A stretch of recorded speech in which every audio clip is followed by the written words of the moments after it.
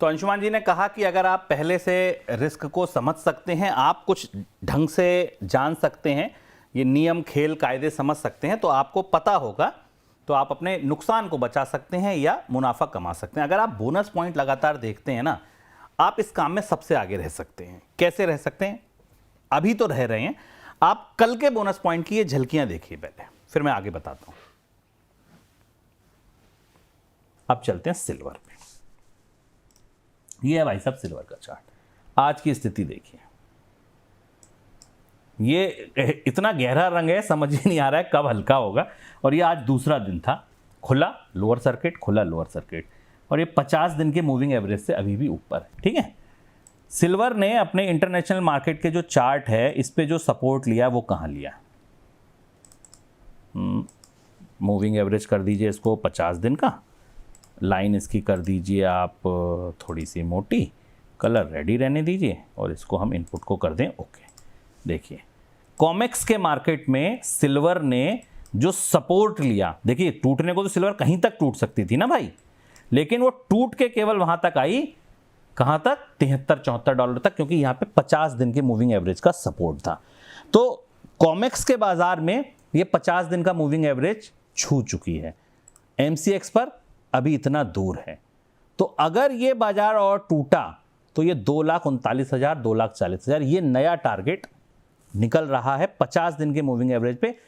लेकिन अगर ये 2,40,000 के आसपास आ गई ना सिल्वर, तो सोचिए 4.20 और कहां 2.40, कितनी बड़ी गिरावट है। सारे आंकड़े, सारे फंडामेंटल, सारे टेक्निकल एक तरफ, और जो इससे होने वाला नुकसान है वो सोचिए आप एक तरफ। तो ये बाजार में गिरावट आएगी नहीं आएगी, देखिए अभी तो लोअर लोज बन रहे हैं, कहीं से रिकवरी की उम्मीद अभी नहीं दिख रही। कहीं कोई हल्की फुल्की डोजी बन जाती, कोई हरी कैंडल दिख जाती, मुझे कुछ दिखता तो मुझे लगता कल सुबह खुलेंगे तो एक ट्रिगर और है, क्या? शंघाई, जापान, ये 2 बाजार कल सुबह खुलेंगे, और ये शुक्रवार से बंद है जब से ये पैनिक सेलिंग आई है। जब ये खुलेंगे, क्या वहां के ब्रोकर्स भी मार्जिन कॉल्स हिट कराएंगे? और अगर वहाँ के लोगों की मार्जिन कॉल्स हिट हो रही है, वहाँ के लोगों का, वहाँ के ब्रोकर्स की पोजीशन काटी जा रही है, और कॉमेक्स पर कहीं बाजार फिर से 250 दिन का मूविंग एवरेज टच कर रहा है $70-80 के आसपास, तो आप मान के चलिए कि भारत के बाजार में अभी सोमवार को यहाँ पैनिक दिखेगा आपको। और वो सोमवार का दिन दरअसल आज ही है। और आज क्या हुआ? आज $70 भी दिखा कॉमेक्स पर, और 2,39,000 का लेवल भी दिखा। लेकिन अब ये बात इतनी नहीं है, क्योंकि अंशुमान जी ने अपनी चर्चा में ये कहा कि सुपर साइकिल पर भी आज हम चर्चा करेंगे। अब एक आपको मैं और चार्ट दिखाता हूं। अब आप ये चार्ट देखिए और आप जरा समझिए कि जो लोग आपको 7,000 और 9,000 और 8,000 और जो लेवल दे रहे थे, क्या उनको ये बात नहीं पता थी, या ये बात आप नहीं देख पाए थे? ये चार्ट आप अपनी स्क्रीन पर देखिए और फिर मैं आपको बताता हूं ये है क्या। ये जो चार्ट आप अपनी स्क्रीन पर देख रहे हैं, ये पिछले 50 साल का चांदी का चार्ट है। ठीक है, 50 साल का ये चांदी का चार्ट है। देखिए चांदी के बारे में एक बड़ी इंपॉर्टेंट बात कहते हैं। चांदी के बारे में क्या कहते हैं कि चांदी जहां से चलनी शुरू होती है ना, वहीं आकर दम तोड़ती है, यानी कि उसकी जो रैली है वहीं आकर खत्म होती है। चांदी जहां से चलेगी वहीं आएगी। डाउ थ्योरी, जिस पे पूरी टेक्निकल एनालिसिस डिपेंड है, वो पूरी टेक्निकल एनालिसिस इसी बात पर टिकी है कि history tend to repeat itself, यानी कि इतिहास खुद को दोहराता है। बस यही टेक्निकल एनालिसिस है। जो पैटर्न एक बार बना, चाहे वो चैनल हो, चाहे वो डबल बॉटम हो, ट्रिपल बॉटम, कोई भी आप XYZ फैक्टर ले आइए, पूरी टेक्निकल एनालिसिस की जो विधा है वो इस बात पर टिकी है, history tend to repeat itself, इतिहास खुद को दोहराता है। आइए सर, 1980-82 बहुत सारे लोग आपको बताते हैं, हम लोगों ने अपने बोनस पॉइंट में कई बार इसका जिक्र किया। चांदी की रैली जैसे शुरू हुई वहीं आकर खत्म हुई, पहली बात। इसके बाद 30 साल तक कुछ नहीं हुआ, 30 इयर्स। ठीक है, इस बात को ध्यान रखिएगा, 30 साल तक उसके बाद कुछ नहीं हुआ। ये जो आज हमने थंब लगाया है, बहुत सोचकर लगाया है। क्या यहां से और गिरावट है या वापसी? वापसी होगी तो वो वापसी कब?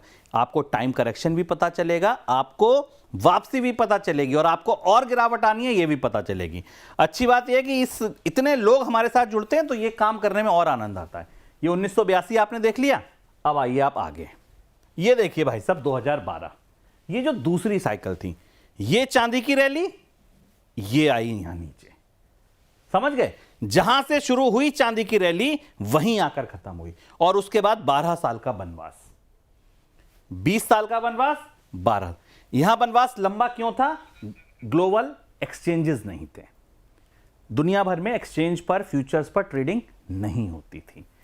यहां पर वो एक्सचेंज पर ट्रेडिंग होने लगी, हेजिंग होने लगी, मार्जिन्स पर चांदी मिलने लगी, सोना मिलने लगा, और ये 15 साल में वापसी, 30 से 15, आधे समय में आप वापसी कर गए। कैलकुलेटर उठा लीजिएगा और डिवाइड करते जाइएगा।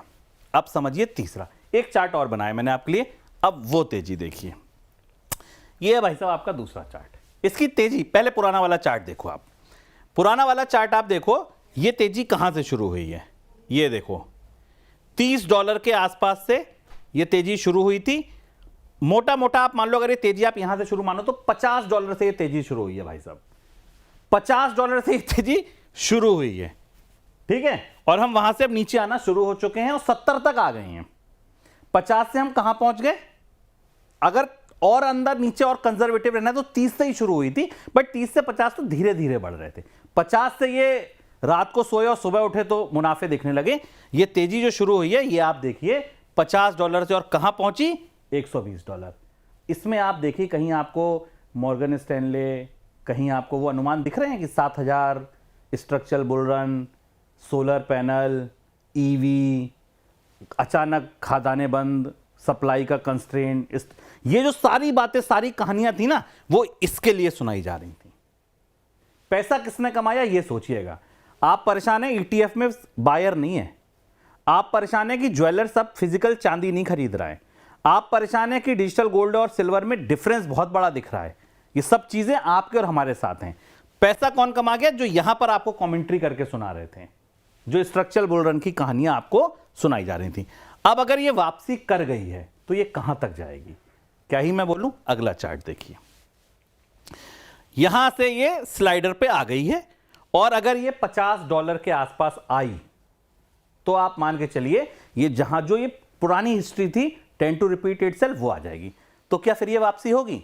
तो जो पहला था वो 30 साल का वनवास, दूसरा था 15 साल का वनवास, ये तीसरा वनवास अगर उसी अनुपात में होना है तो 5 साल से कम का तो भाई साहब नहीं है। तो क्या 4,20,000 की कीमत आने में 3, 4, 5 साल का समय लगेगा? ये बड़ा सवाल है। अब ये समय घटता क्यों है? अब आप कहेंगे कि सर पहले तो एक्सचेंजेस आ गए थे, अब क्या आ गया? अब तो कुछ आया नहीं ऐसा।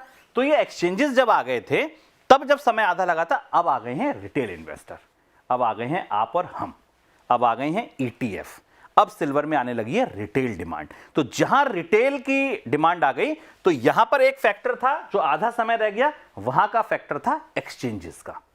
इसके बाद जो फैक्टर है वो है रिटेल का। इससे पहले जो 2012 और वो वाला जो पीरियड था वहां पर रिटेल पार्टिसिपेशन नहीं था, वहां केवल एक्सचेंजेस थे, बड़े डीलर्स थे, बैंक्स थे। लेकिन अब जो है वो स्थिति आ गई है, दरअसल रिटेल्स भी, अब रिटेल भी ईटीएफ में पैसा डाल रहा है। म्यूचुअल फंड के रास्ते बैफ और मैफ की जितनी स्कीमें हैं, multi asset fund, balanced advantage fund, जितनी स्कीमें हैं वो अलग अलग तरीके से सिल्वर में पैसा डाल रही हैं। Funds of funds gold silver में पैसा डाल रहा है, मेटल्स फंड गोल्ड सिल्वर में पैसा डाल। तो अब रिटेल पार्टिसिपेशन आ गया, ठीक है। रिटेल पार्टिसिपेशन जब आ गया है तो आप ये मान के चलिए कि एक्सचेंज के बाद जब रिले, तो इसीलिए ये जो टाइम करेक्शन है ये कम होता जाता है। 30 से 15 हुआ, 15 से हो सकता है 5 हो जाए, 4 हो जाए। ये टाइम करेक्शन आपको बेहतर टेक्निकल चार्टिस्ट बता सकते हैं। जो वेव थ्योरी देखते हैं वो आपको बता सकते हैं कि कौन सी वेव पर ये टाइम पूरा होता है। सर आपकी टिप्पणी। महत्वपूर्ण चीज़ें और भी फैक्टर्स हैं, गौर से अगर आप देखें, क्योंकि वही हम आज आपको बताने की कोशिश करेंगे अलग अलग तरह से कि सिर्फ यही नहीं है कि बाजार में डिमांड सप्लाई का मिसमैच है, बहुत सारे फैक्टर्स हैं। चूँकि सोना और चांदी, खासतौर पर गोल्ड, इस परिस्थिति में कभी नहीं थे कि दुनिया भर के सेंट्रल बैंक 1990-96 के बाद सेंट्रल बैंक बेच रहे थे, वो इसे खरीदना शुरू कर दें।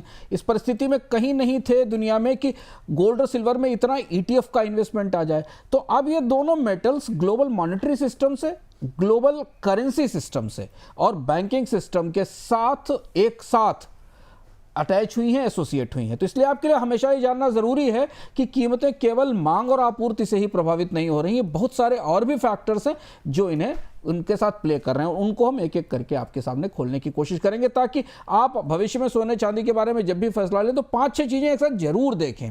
उसके बिना ये अकेले चलने वाली धातुएं और अब तो पूरी दुनिया में के मॉनेटरी सिस्टम में कोई मेटल, कोई एसेट अकेले मूव नहीं कर रही है, उसके साथ उसे प्रभावित करने वाले कई सारे फैक्टर हैं, उन्हीं में उनका जोखिम, उसी में उनके फायदे छिपे होते हैं।